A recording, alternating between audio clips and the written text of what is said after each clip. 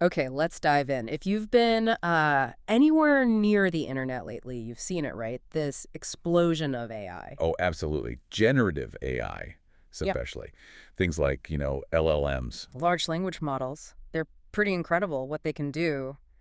Writing, creating. It almost feels like they're reasoning sometimes. It does. But okay, here's the thing, the central challenge. hmm How do we actually talk to these systems? How do we get what we really want and not just, something weird? Yeah, it's definitely not like talking to a person. They don't just get it intuitively. You need to be precise, give context, really sort of guide them. Exactly. And that's where our topic for this deep dive comes, right, in prompt engineering. Ah, yes. It's fascinating and frankly critical new field that's just popped up. It really has. Now, you actually provided the material we're digging into for this deep dive. It's a pretty detailed research plan document all about prompt engineering. Yeah. And it does a really good job, I think, of laying out the whole landscape, Mm-hmm. the potential, the challenges, Yeah. all of it. So our mission here is to unpack that document for you. We want to pull out the key insights, help you grasp the core ideas, maybe some surprising things in there, and what it all means practically. Think of us as guides through this new territory. Right. So starting at the beginning, according to the research, what is prompt engineering at its heart?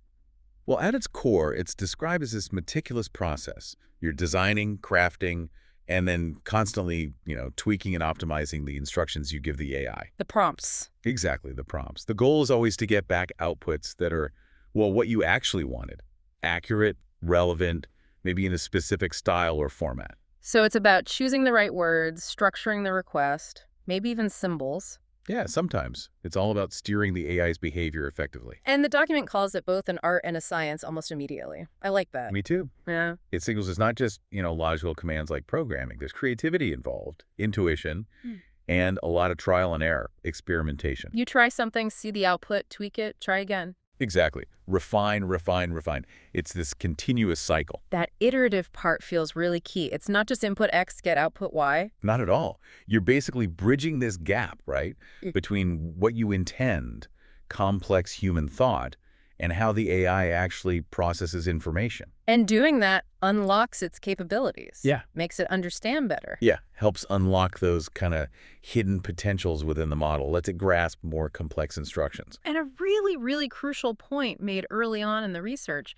about accessibility. Oh, yeah, democratization, because it uses natural language, just, writing or speaking. Yeah. It massively lowers the barrier to entry compared to traditional coding. So more people can interact with these really advanced AI systems. Absolutely. It's opening up these tools way beyond just programmers. Which is a huge shift, right? You don't have to code, maybe, but you Well, definitely need to learn how to communicate effectively with the AI. You got it. Which brings us to why this is all such a big deal right now. Beyond the definition, the research really emphasizes that good prompt engineering is, well, essential. Totally essential Yeah, for actually getting the real operational value out of these AI systems. Because even the smartest models, they still need guidance. Yeah, precisely. They're trained on tons of data, but they don't have, like, inherent understanding or common sense like humans do.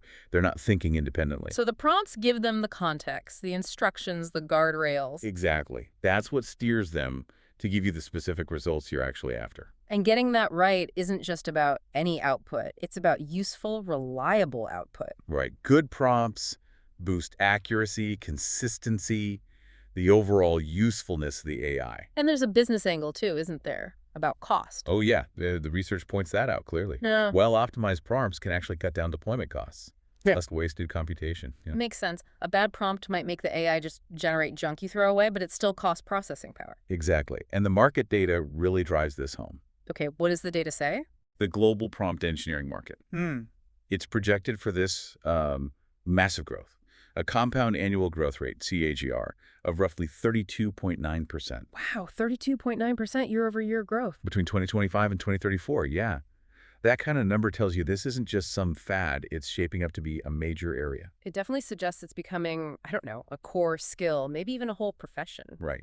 And the field itself is anything but static. It's moving incredibly fast, evolving constantly. So what are some of those key trends? What's changing and how we talk to AI based on the material you provided? One really big one is multimodal prompting, Meaning, moving beyond just text, using combinations, text, images, audio, maybe even video to instruct the AI, Okay, so I could show it a picture and ask questions. or give it text to make music. Exactly. It allows for much richer interactions, more context, opens up all sorts of new creative and problem-solving That avenues. sounds pretty powerful. What else? Another interesting one is AI-assisted prompt generation. Wait, AI helping us write prompts to talk to AI. Yeah. Kind of meta, right? The research mentions things like auto-tuning algorithms, frameworks like DSPy that help build and optimize prompts. Huh. So does that make prompting easier? Or, Well, it might lower the bar for basic stuff, but it actually makes the human role in designing the strategy or the architecture of prompting systems even more important. so AI helps with the details, humans focus on the big picture of the interaction. Something like that, yeah. It's this fascinating coevolution. Okay, what else is trending? We're also seeing adaptive and personalized prompts. AI models starting to tailor their responses based on like your user history, your preferences. Making interactions feel more natural, more relevant, like a chatbot that remembers you. Exactly. Or personalized learning systems. And then there's the whole no-code, low-code movement. Ah, tools that make it easier for non-programmers. Right. Visual interfaces, drag and drop, templates, Yeah. all making AI more accessible, really pushing that democratization angle we mentioned. Gotcha. The document also dives into some pretty specific advanced prompting techniques. Can you maybe unpack a couple of those for us? Sure. Chain of thought, or COT, is a really big one. Chain of thought. Yeah, you basically prompt the AI to think step by step, to explain its reasoning process as it goes. And that helps with. Complex tasks, things needing logical deduction, math problems, multi-step reasoning, it improves performance quite dramatically. Like asking it to solve a puzzle and show its work. Precisely. Then you've got things like few-shot and zero-shot learning. Using the model's prior training, so you only need a few examples, or sometimes none at all, in your prompt. Okay. Instruction tuning, that's about fine-tuning the AI models themselves to get better at following directions. Role prompting is fun. You tell the AI to act as someone specific. Like you are an expert physicist. Exactly, or Yeah. act like a pirate, whatever. It guides the style, tone, knowledge base. And then there's continuous prompt learning. The AI learns from interacting with us. Yeah, it learns from past interactions, from feedback, to actually get better at how it responds to prompts over time. It starts to refine its own strategies. Wow. So it's not just us learning how to talk to it, it's learning how to understand us better. Kind of. It points towards this more dynamic, co-evolved communication. The system adapts. So how do the AI models themselves changing affect all this if they get smarter? It's a constant dance, right?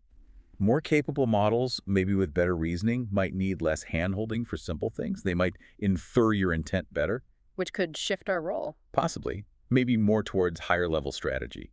Designing the overall system, supervising AI that helps prompt, figuring out how to evaluate the outputs effectively. So less focus on the perfect wording for one simple task, more on the whole interaction design. Could be.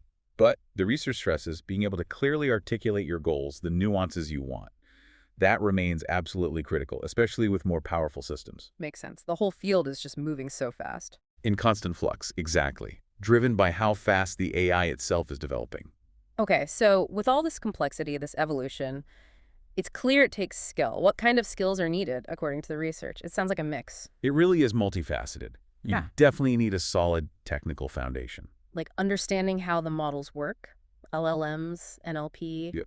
Knowing their capabilities, their limits, understanding language semantics, syntax, that's key. And programming. You mentioned Python earlier. Is that a must? Highly beneficial, I'd say.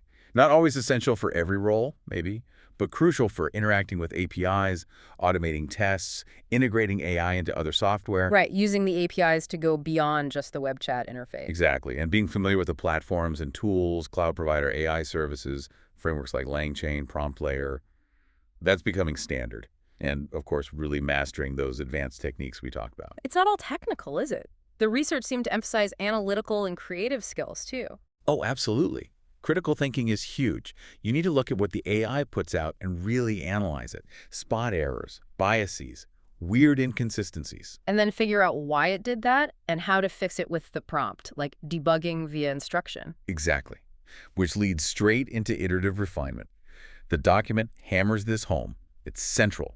Testing, evaluating, making small changes. Rarely getting it perfect on the first try. Almost never. It's this constant loop of experimentation. Sounds like part scientist, part detective work. That's a good way to put it. And it requires really good problem formulation, translating off our fuzzy human needs into precise, clear instructions the AI can actually act on. And the art part. That's the creative prompt design, and finding innovative ways to guide the AI, especially for new solutions, creative outputs, pushing the boundaries. The research notes that this makes it feel less like predictable engineering, more like R&D sometimes. And now, a really crucial point the research brings up is domain-specific knowledge. Why is knowing about, say, medicine or finance so important here? Because generic AI models, even big ones, just don't have that deep, nuanced understanding of specialized fields. They know a lot about medicine, maybe, but they don't understand it like a doctor.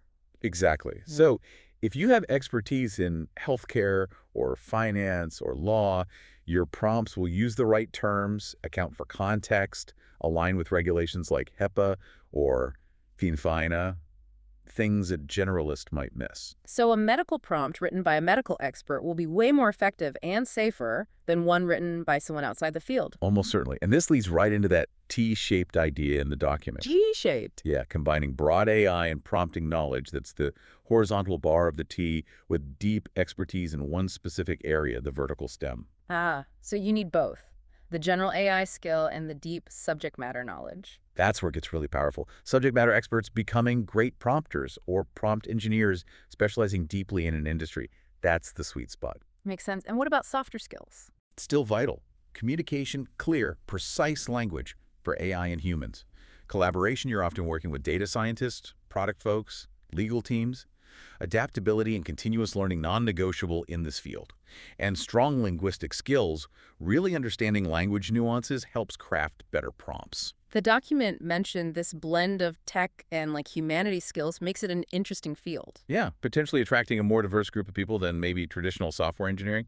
Understanding language and context is just as key as the tech for many roles. Okay, so it's clear this isn't just theory. It's having real-world impact now. Oh, absolutely. Far from theoretical. Yeah. The document lists tons of enterprise use cases. Like what? What are some examples? Big one is customer support automation, making chatbots way more accurate and responsive. Content generation, huge area. Articles, marketing copy, social media posts. Speeding that up dramatically. Yeah, and data extraction and summarization.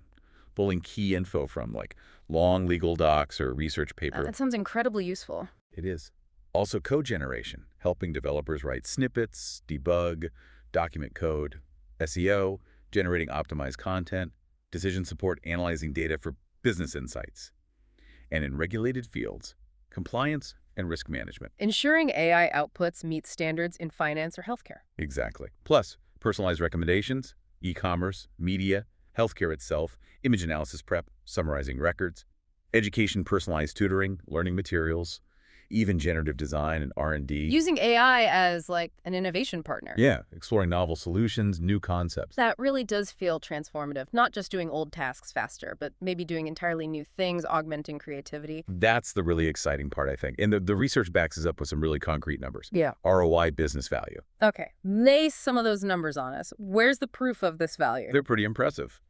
From productivity and efficiency. One UK retailer saw an 87% drop in content creation time. 87%. Yeah. Others report up to 50% cuts in content production. A major bank cut legal review time by 72%. Another case showed 75% less time needed for concept development.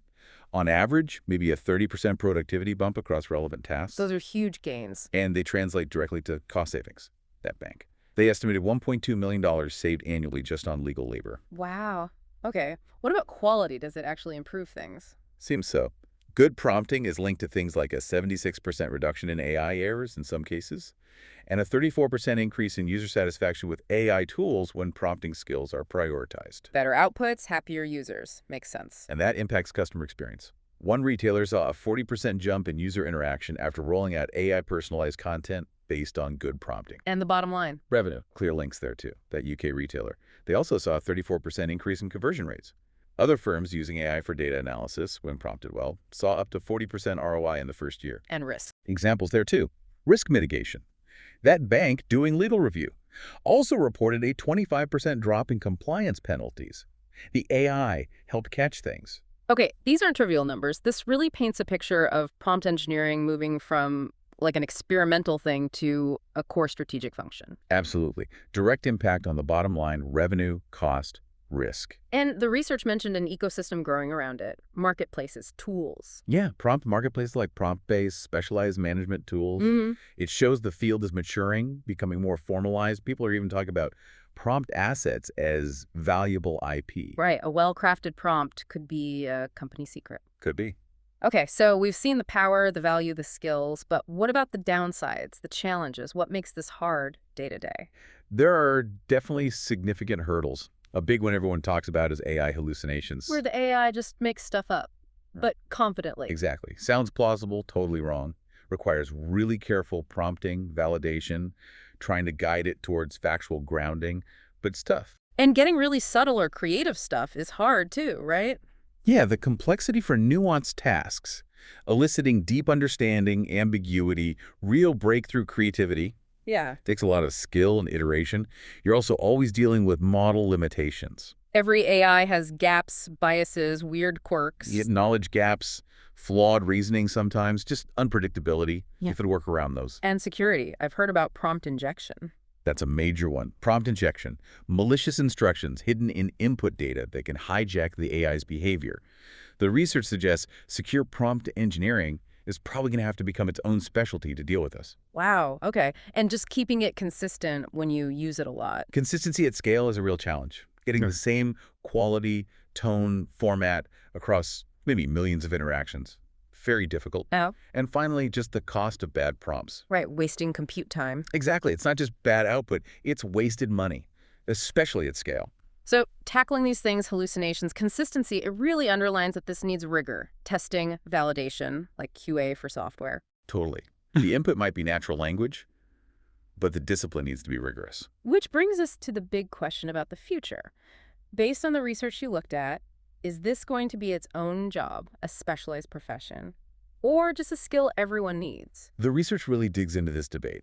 There are strong arguments for it becoming a standalone profession. What are those arguments? Well, the sheer complexity of advanced techniques, the need for specialization in high-stakes areas, how critical it is for getting value from AI, the current huge demand. Plus the specific job titles emerging, the salaries. Exactly. You mentioned the job market snapshot earlier. Yeah. Those numbers are pretty compelling. Remind us of those key data points. That projected CAGR, around 32.9% out to 2034, but maybe more immediate. That reported 434% jump in job postings, mentioning it just since 2023.